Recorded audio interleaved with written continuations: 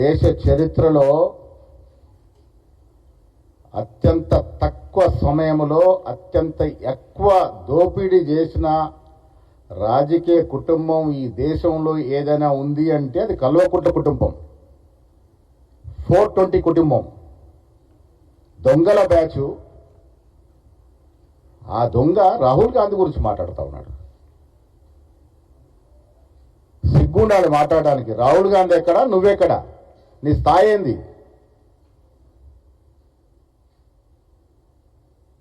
Passport కుంభకోణం మొదలుకొని భూముల కుంభకోణం వరకు వివిధ రకాలుగా యథేచ్ఛగా దోచుకున్న నువ్వు ఈ దేశం కోసం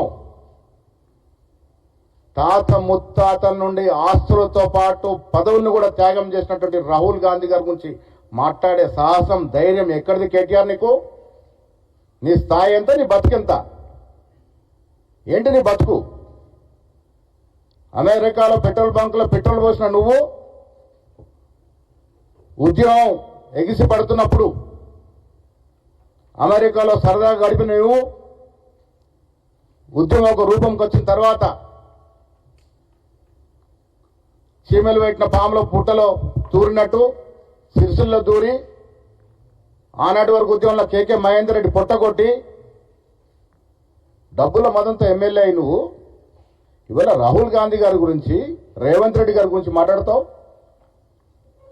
జ్ఞానం ఉండాలి మాట్లాడే ముందు. మన స్థాయి ఏంది, మన చరిత్ర ఏంది, మన గతం ఏంది ఒక్కసారి స్మరణం చేసుకొని మాట్లాడాలి. మోతీలాల్ నెహ్రూ గారు వేల కోట్ల ఆస్తులు దేశం కోసం ఆనాడు స్వాతంత్రంలో ఉద్యమంలో పెట్టినాడు. జవహర్లాల్ నెహ్రూ ఏకంగా 9 ఏళ్లకు పైగా జైల్లో జీవితం గడిపి స్వాతంత్రం కోసం పోరాటం చేసినట్టు మహానాయకుడు. సర్పంచ్ పదవి కోసం పాకలాడి ఈ రోజుల్లో ప్రధానమంత్రి పదవిని త్యాగం చేసినట్టు ఘనమైన చరిత్ర గాంధీ కుటుంబాన్ని. 2004లో సోనియా గాంధీ గారు, 2009లో రాహుల్ గాంధీ గారు ప్రధానమంత్రి పదవిని తృణప్రాయంగా త్యాగం చేసినటువంటి కుటుంబం వారిది. నువ్వు కోన్ కిస్కా బచ్చాగాడివి. నువ్వు రాహుల్ గాంధీ గారి గురించి మాట్లాడుతూ ఉన్నావు. దేశ ప్రజలకి, రాష్ట్ర ప్రజలకి 420 బ్యాచ్ ఎవరో, 420 కుటుంబం ఎవరో అందరికీ తెలుసు. ఆయన వల్ల మాట్లాడిన భాష చూస్తూ ఉంటే ఇలా తెలంగాణలో నేను కూడా ఛానళ్ళు కూడా దాన్ని ప్రసారం చేయడానికి కొద్దిగా వెనుక ముందవుతున్నటువంటి పరిస్థితి.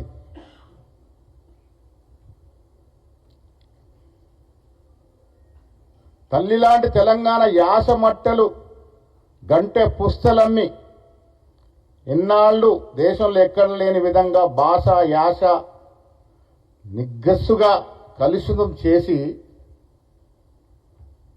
10 ఏళ్ళు మద్యాన్ని ఏరులై పారించి యువతని ఎటు రాకుండా, పనికి రాకుండా చేసినటువంటి ఘనమైన నీచులు మీరు. డబ్బే పరమావధంగా, డబ్బే లక్ష్యంగా 10 ఏళ్ళు పాలన చేసింది మీ కుటుంబం. ఉద్యమంలో పాల్గొన్నది ఎవరు? ఉద్యమంలో ప్రాణాలు అర్పించింది ఎవరు? ఆ కుటుంబంలో ఒక్కరికైనా ఉద్యమం ఇచ్చిర్రా? అధికారం రాగానే నీ అబ్బాయి జాగిరన్నట్టుగా మీ నాయనకు పదవి, నీకు పదవి, బావకు పదవి, చెల్లెకు పదవి, సవి తల్లికి పదవి, అడ్డగోలకు పదవులు ఉంచుకున్న మీరు, ఈ రాష్ట్రాన్ని యథేచ్ఛగా దోపిడీ చేసిన మీరు ప్రజలు మర్చిపోలే. ఇంకా మీరు చేసిన దోపిడీ మర్చిపోలే, మీరు అమ్మిన మద్యాన్ని మర్చిపోలే, మీరు కాజేసిన భూముల్ని మర్చిపోలే, మీరు నిరుద్యోగుల యొక్క ప్రాణాలు పొట్టను పెట్టుకున్న సంగతి మర్చిపోలే. ఆఖరికి ఇంటర్మీడియట్ పేపర్ కూడా లీకేజ్ చేసి సొమ్ము చేసుకున్న వైనాన్ని కూడా మర్చిపోలే. ఎంత సాహసం నీకు! రాహుల్ గాంధీ గురించి మాట్లాడతారు. మీ నాయన కాదా దళితుడిని ముఖ్యమంత్రి చేయకుండా తల నరుక్కుంటా అన్నాడు. 10 ఏళ్ళు తల లేకుండా ఉన్నాడా మీ నాయన? ఎవరిదే తల? దళితుల తల, ఒక వెలమదేవ తల? తల నరుకుంటాను సిగ్గు లేకుండా 10 ఏళ్ళు పాలించినప్పుడు దానికి జవాబు చెప్పి వల్ల దళితుల్ని మోసం చేశారు మీరు 10 ఏళ్ళు. దళిత ముఖ్యమంత్రిని పదే చెప్పి మీరు ముఖ్యమంత్రి మోసం చేసినారు. బీసీ బంధిస్తాను మోసం చేసినారు. మీరు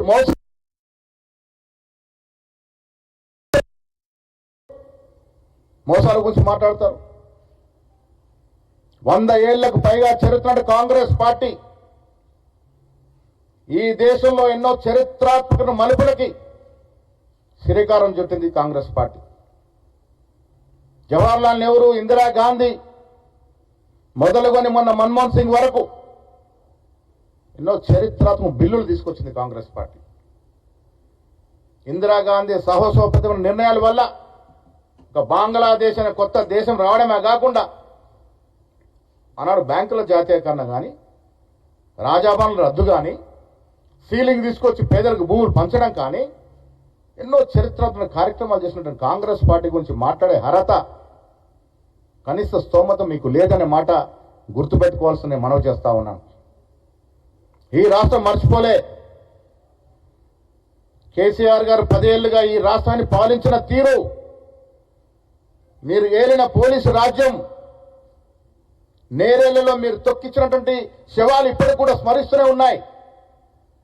మీ కుటుంబ సభ్యుల ఇసుక దందా కొరకు నేరెల్లో దళిత యువకుల్ని చంపే తీరు మర్చిపోలే.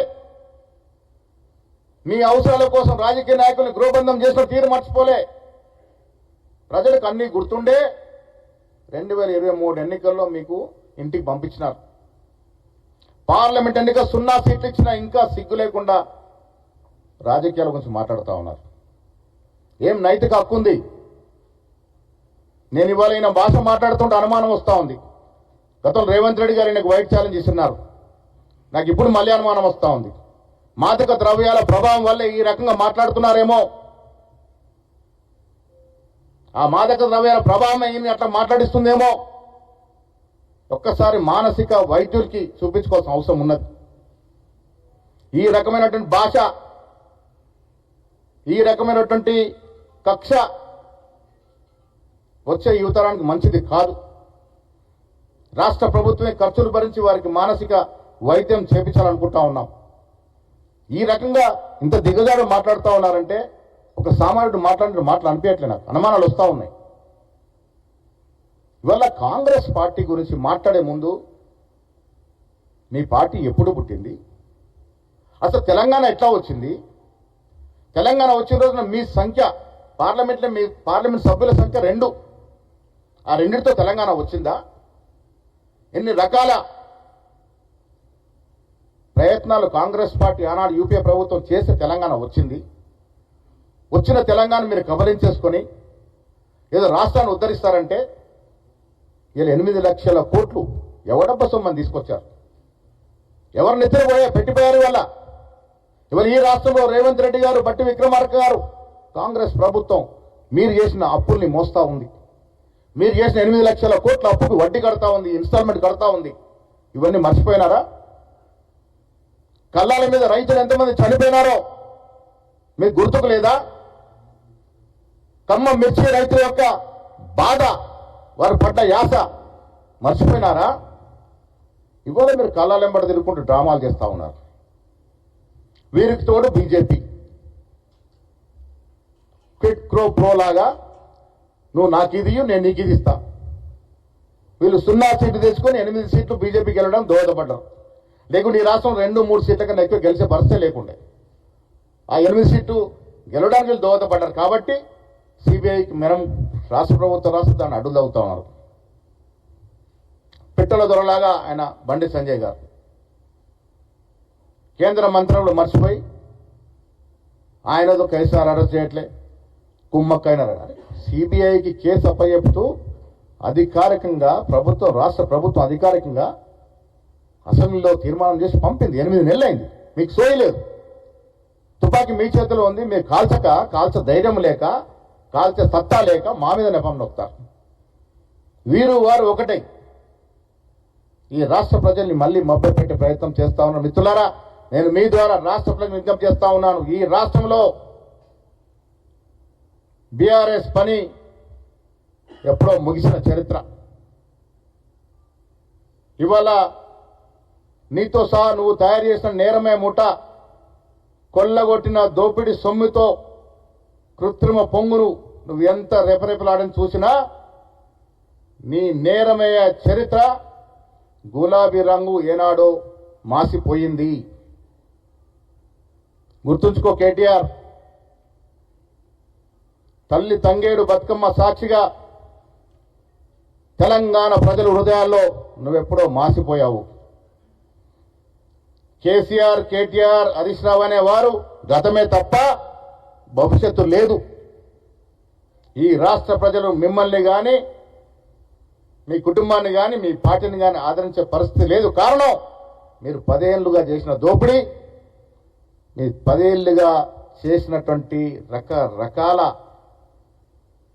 ప్రభుత్వ వ్యతిరేక కార్యక్రమాలు ఇవన్నీ కూడా ప్రజల మధ్య ఇంకా మెదులుతూనే ఉన్నాయి. 2.5 సంవత్సరాలు మాత్రమే అయింది.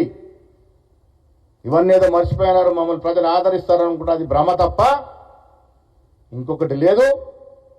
పెద్దల గురించి, ఈ దేశం కోసం త్యాగం చేసిన కుటుంబం గురించి మాట్లాడే ముందు నీ స్థాయి, నీ చరిత్ర, నీ గతం గుర్తు చేసుకుంటే మంచిదనే మాట కూడా నేను కేసీఆర్ కుటుంబ సభ్యులకి మీ ద్వారా వారికి చెప్పాల్సిన మీద చెప్తా ఉన్నాను. Thank you. ఇంకేమున్నాయా? ఇవాళ చాలా ఏళ్ళుగా ఇది ఒక సపరేట్ అంశంగా తీసుకో. చాలా ఏళ్ళుగా మా కాంగ్రెస్ పార్టీలో కష్టపడి పనిచేసినటువంటి సీనియర్ కాంగ్రెస్ నాయకులకి కొన్ని ఫెడరేషన్స్ చైర్మన్స్గా నియమిస్తూ రాష్ట్ర ప్రభుత్వం జీవోలు విడుదల చేయడం జరిగింది. నేను రాష్ట్ర ముఖ్యమంత్రి గారికి సీనియర్ కాంగ్రెస్ నాయకులను వివిధ చైర్మన్లుగా నియమించినందుకు పీసీసీ తరఫున రాష్ట్ర ముఖ్యమంత్రి రేవంత్ రెడ్డి గారికి, ఉప ముఖ్యమంత్రి గారికి, అదేవిధంగా మా ఇన్ఛార్జ్ మీనాక్షి నటరాజన్ గారికి మీ ద్వారా ధన్యవాదాలు తెలియజేస్తా ఉన్నాను. కార్పొరేషన్ చైర్మన్, వైస్ చైర్మన్లుగా నియమించినటువంటి లిస్ట్ మీకు అందజెప్తాం. ఇప్పుడు చెప్పే దాంట్లో బ్రాహ్మణ సంక్షేమ పరిషత్కి చైర్మన్గా బసవరాజ్ శ్రీనివాస్, వైస్ చైర్మన్గా ఫార్మర్ సేవాదల్ అధ్యక్షుడు Ponnada Subrahmanya Prasad, washermen cooperative limited society federation చైర్మన్గా డాక్టర్ అజయ్ కుమార్ ప్రోటోకాల్ పిఆర్గా ఉన్నారు. వైస్ చైర్మన్గా బంగారి బాబు, టోడీ టాపర్స్ కోఆపరేటివ్ కార్పొరేషన్ లిమిటెడ్ చైర్మన్గా నిజామాబాద్ జిల్లాకు చెందిన మోత్కూరు చంద్రశేఖర్ గౌడ్, వైస్ చైర్మన్గా మహబూబ్నగర్ జిల్లాకు చెందిన కేశం నాగరాజు గౌడ్ నియమించినారు. పెరిక కోఆపరేటివ్ కార్పొరేషన్ లిమిటెడ్ చైర్మన్గా దొంగరి వెంకటేశ్వర్లు హుజూర్ నగర్ ప్రాంతానికి చెందిన వ్యక్తి. ఖమ్మం నుంచి బొడుగం శ్రీనివాస్ గారిని వైస్ చైర్మన్గా దాన్ని నియమించినారు. మేరా కోఆపరేటివ్ కార్పొరేషన్ లిమిటెడ్కి సంగా వెంకటరాజం, వైస్ చైర్మన్గా ఎం లక్ష్మీనారాయణ. వాల్మీక బోయ కోఆపరేటివ్ కార్పొరేషన్ లిమిటెడ్కి గద్వాల్కు చెందినటువంటి గట్టు తిమ్మప్ప చైర్మన్గా, బోయ నగేష్ వైస్ చైర్మన్గా. మున్నూరు కాపు కోఆపరేటివ్ కార్పొరేషన్ లిమిటెడ్కి కరీంనగర్ జిల్లాకు చెందిన బొమ్మ శ్రీరామ్ చైర్మన్గా. పిసిసి సీనియర్ నాయకులు అల్లం భాస్కర్ గారిని వైస్ చైర్మన్గా నియమించడం జరిగింది. యాదవ్ కోఆపరేటివ్ కార్పొరేషన్ లిమిటెడ్కి ఎం రఘునాథ్ యాదవ్ షేర్లింగపల్లి,